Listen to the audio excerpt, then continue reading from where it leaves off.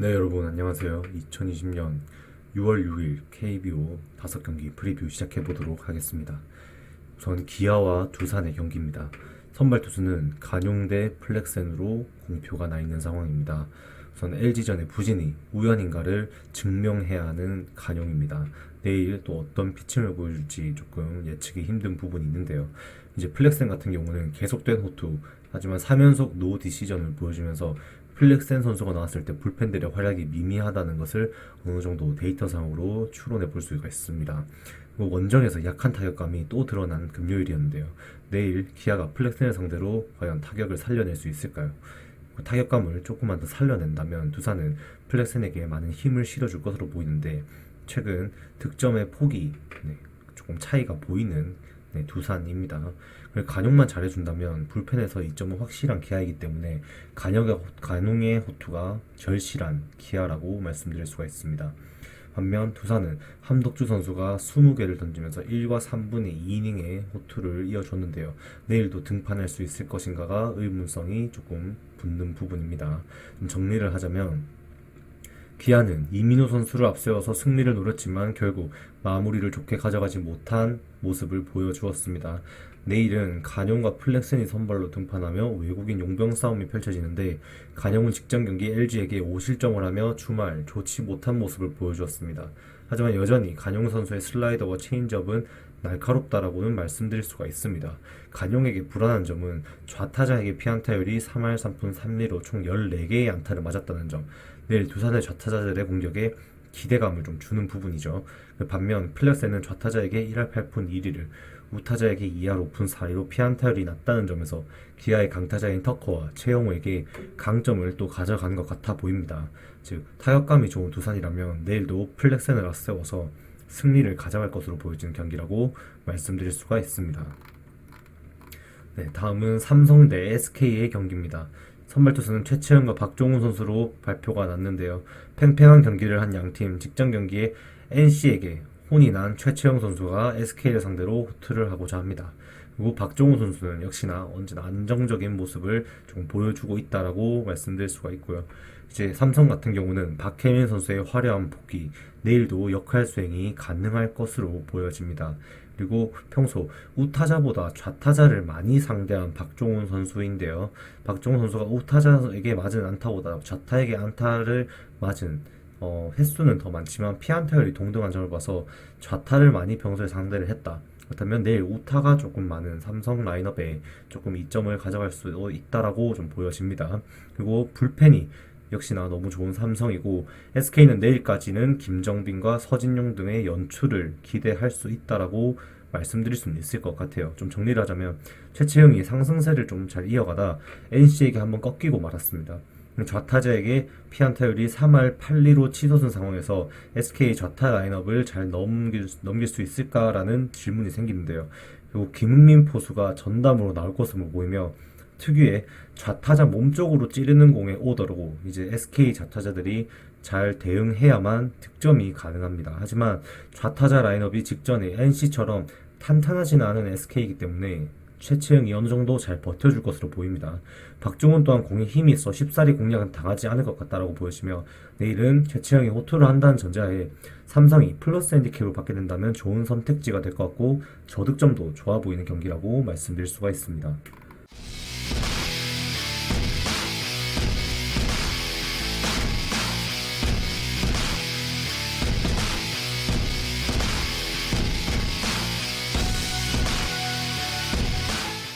KT 대 롯데의 경기죠. 배재성 선수와 스트레일리 선수가 선발 투수로 등판을 하는데요. 배재성의 슬라이더가 내일 롯데가 감당할 수준으로 던질 것인가 아니면 감당 못하게 날카로울 것인가 조금 두고 봐야 될 것 같습니다. 즉 시즌 중에 피안타율은 1할대로 배재성은 역시 슬라이더가 주목인데 내일 롯데로 상대로 좀 잘 먹혀 들어가야 된다라고 보여질 수 있죠. 기아전의 부진은 조금 실수였다. 그 이외의 경기가 굉장히 꾸준한 스트레일리 선수입니다.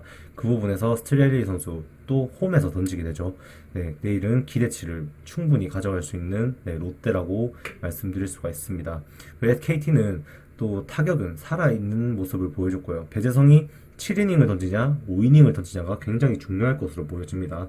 워낙 불펜이 불안정한 KT이기 때문에 배재성이 7이닝을 못 던져주고 5이닝을 던져준다면 내일도 경기 후반에 불펜의 난봉질이 조금 이어질 수도 있다라고 조금 말씀드릴 수가 있을 것 같습니다. 또한 홈에서는 역시 다른 타격을 보여준 롯데의 극명한 차이를 보이죠. 내일도 에이스 스트레일리 선수를 앞세워서 좀 뭔가 결과를 이루고자 하고 있습니다. 스트레일리를 초반에 공략하는 게 중요한 KT입니다. 결국 스트레일리가 나와 있을 때 리드를 못 가져간다면 또 이제 박진영 선수가 29구를 던지면서 내일 못 나온다는 가정하에 구승민과 김원중이 나와서 경기를 클로징 할 거기 때문에 결국 스트레일리가 7이닝을 던지고 롯데가 리드를 한다면 KT는 힘들다라고 말씀드릴 수가 있죠. 일단 정리를 하자면 5월 초 앞선 시리즈와 비슷한 양상이 좀 흘러갈 것으로 보입니다. 두 투수 다 호투를 했었죠. 롯데는 홈에서 KT에게 강한 모습으로 제압을 했으며 스트레일리는 기아전을 제외하고는 꾸준히 본인의 역할을 해오고 있습니다. 롯데는 원정에서 참담한 결과를 가져왔기에 내일도 반드시 승리를 챙겨와야 하는 상황입니다.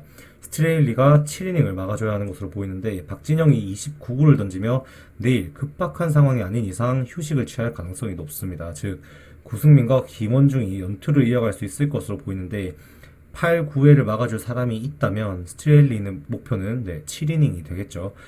배재성 선수의 슬라이더 또한 날카롭기는 합니다. 근데 롯데가 쉬운 싸움은 하지 않을 것으로 보여져요.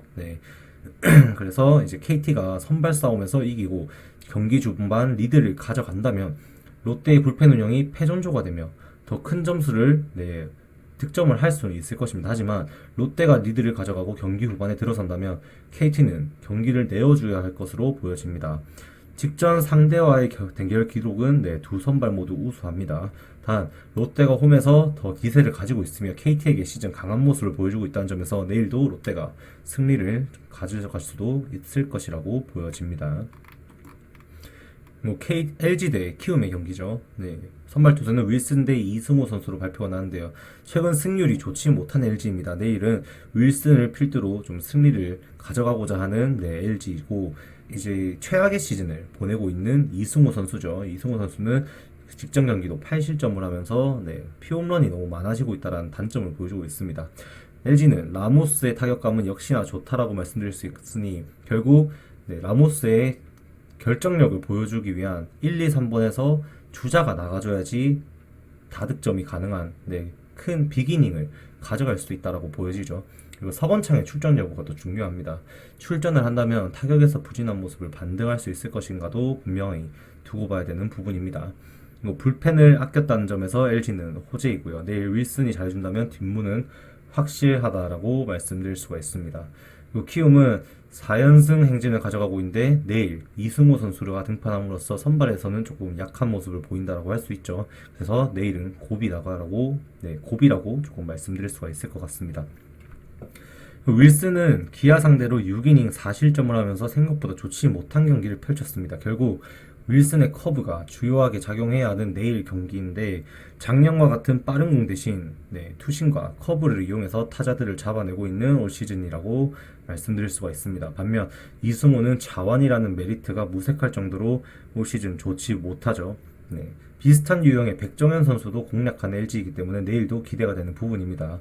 키움의 타격감과 LG의 공격력이 더해진다면 내일은 다득점 경기가 나오지 않을까 예상되며 또한 키움이 리드를 빼앗기고 있을 때의 패전조의 안정성이 떨어지는 부분, 즉 경기 후반에도 LG는 득점이 가능할 것으로 예상됩니다.